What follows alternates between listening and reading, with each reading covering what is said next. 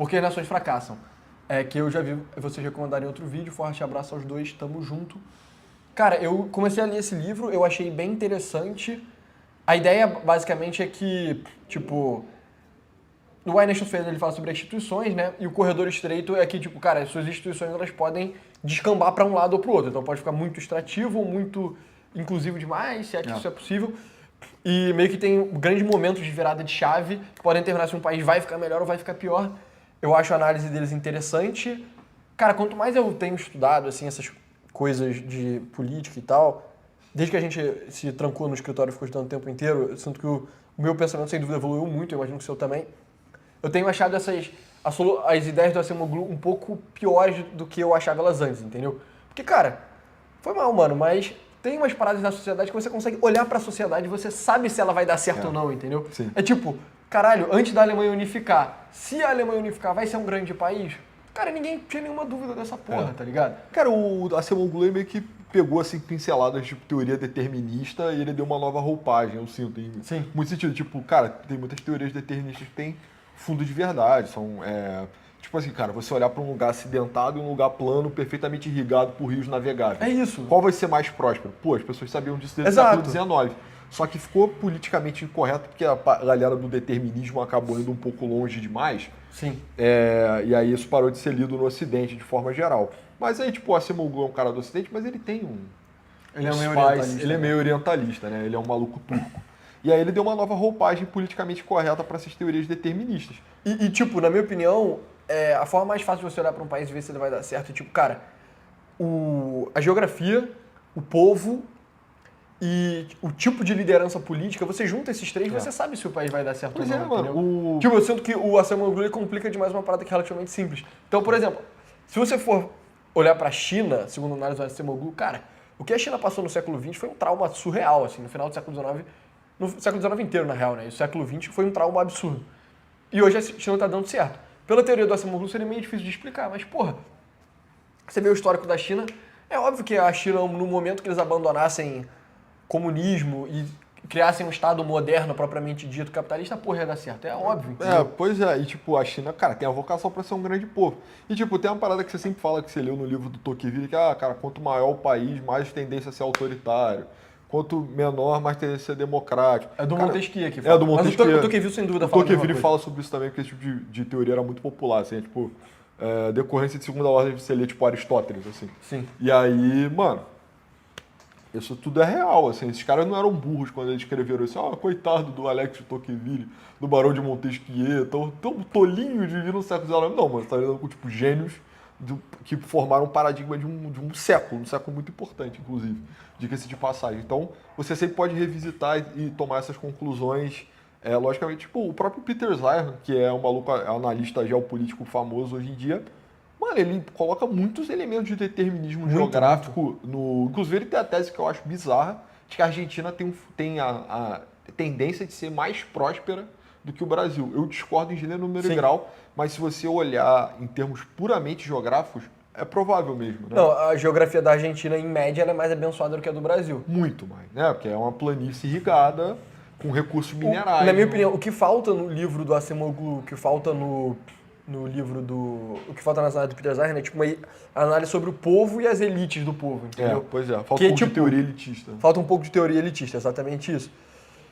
E sobre o povo também, né? Tipo, o Acemoglu, ele meio que começa a chegar nisso, mas ele não aprofunda muito. Tipo, cara, foi mal, mas a partir do momento que a revolução, meio que o protestantismo surgiu, cara, se você fosse um país católico muito estritamente medieval, mano, você ia ficar pra trás, sabe? Exato. Era impossível, impossível. Mas esse é o ponto do Weber, que é um cara que veio muito antes do Acemoglu também, que é um cara que analisou costumes baseados em religião, que é o livro clássico também, a sociologia, que é Ética Protestante e o Espírito do Capitalismo. Então, tipo, já tem lampejos, pinceladas que antes do Acemoglu sistematizar a teoria institucional dele, que fez ele ganhar um Nobel esse ano. Então não dá pra falar que não, você não deveria ler Why Nations Fail, porque é uma merda, é tudo mentira, tudo cagação. Não, é muito bom. É um livro muito legal, muito legal. Mas eu acho que é isso, tipo, tem mais, se você ver com mais detalhe as coisas, você começa a ver, na verdade, o que nego falava no século XVIII tava basicamente tudo certo. Então, tipo, a Áustria, tem uns caras meio reacionários na internet que ficam falando, meu Deus, a Áustria-Hungria era muito foda, o Império Habsburgo e tal. Tem a galera do CAP também que fala isso. Por um lado, eu consigo enxergar o que as pessoas estão falando, mas por outro lado, cara, você vê a Primeira Guerra Mundial começou em grande parte porque quando mataram a merda do arquiduque Francisco Ferdinando, a Áustria demorou meses pra responder. Meses. Mas por quê? Porque era merda de um estado antiquado pra caralho, tá ligado? Era um império pluriétnico, plurireligioso, que era tipo um equilíbrio muito frágil entre os diferentes povos que viviam naquela merda. Eles não podiam só dar tipo, uma resposta rápida, tá ligado? E com desafios logísticos também dentro do território dele. Tem um mapa muito famoso de quanto tempo você demorava pra chegar num lugar a partir de Viena. Aí um mapa que vai colorindo assim com base no tempo. Mano, Belgrado era tipo mais de 45 dias, cara. Pra você, sim. Belgrado, onde Francisco Ferdinando foi assassinado. Que é a capital da Sérvia. Né? Exato. E aí você vai ficar, pô, mas isso nem é tão longe assim da Áustria. Sim. Mas é um território muito, muito extremamente acidentado. Exato. E diferente, né? E se a mesma coisa tivesse acontecido na França 200 anos antes, a França teria respondido imediatamente, na época do Luís XIV. Porque, tipo, a França já estava centralizada em 1700, entendeu? Sim. Enfim. E o Estado moderno, homogêneo, uniforme, burocratizado, é a maior máquina de guerra já inventada na história da humanidade. Então, a gente sempre fala sobre isso. É a modernidade, sim, eu sei que é uma merda, tá todo mundo frustrado. Mas na hora do vamos ver, na porrada, tipo, cara, ninguém conseguiria superar o Napoleão, entendeu? Porque os exércitos do Napoleão eram do tamanho da Europa inteira, mano.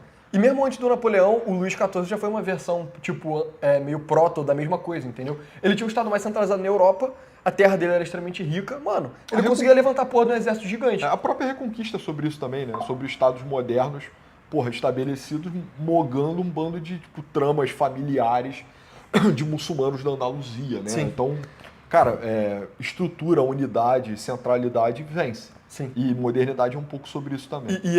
Isso me deixa até meio triste, né? Porque sendo uma pessoa que valoriza muito o cristianismo tradicional, eu consigo ver o apelo que as pessoas olham e ficam tipo, caralho, a Europa funcionou muito bem por 1000 anos quando o cristianismo, tipo, reinava, sabe? Só que essa galera meio reacionária que acha que você consegue só, tipo, não, volta o governo pra época que ele era na Europa medieval, tipo, que a Igreja Católica mandava em tudo e tinha nobreza e tal. A Igreja Católica mandava em tudo, né? Mandava de metade, assim. Tipo, cara, olha pra Espanha e pra Portugal no século XIX e no século XX. Eles tentaram fazer isso, mano. Tentaram, não deu certo. Porque não dava. Dá certo, mas comparativamente não exato. E a Áustria tomou porrada na Primeira Guerra Mundial, em parte por isso. Humilhada, né? Tinha a fronteira linguística mesmo, a operacionalização das tropas do Império Austro-Húngaro era caótica. Você pode pesquisar sobre isso.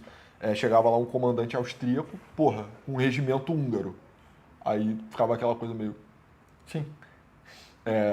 Como é que a gente fala e tal.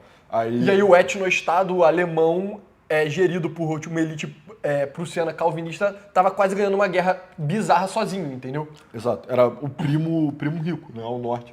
Era muito mais eficiente do que as vilosidades. Sendo que, tipo, coisas individuais, a Áustria era muito boa também. Então, tipo, a Áustria é muito boa em coisas intelectuais. Intelectual é absurdo, assim. Tem muito intelectual muito foda na Áustria. Mas tem várias outras coisas que a Áustria estava bem. Só que em termos de organização estatal, tava muito atrás, sabe? Tava defasado economicamente também. Gostou desse corte? Quer mais conteúdo como esse? Então você vai gostar muito do nosso site, onde nós compartilhamos conteúdos exclusivos, gratuitos, e os pagos também, caso você goste muito. Então entra lá que não tem nenhuma barreira, não tem nenhuma propaganda, não tem nenhuma taxa do YouTube, que você vai gostar muito do conteúdo. Nos vemos lá. Valeu! Valeu!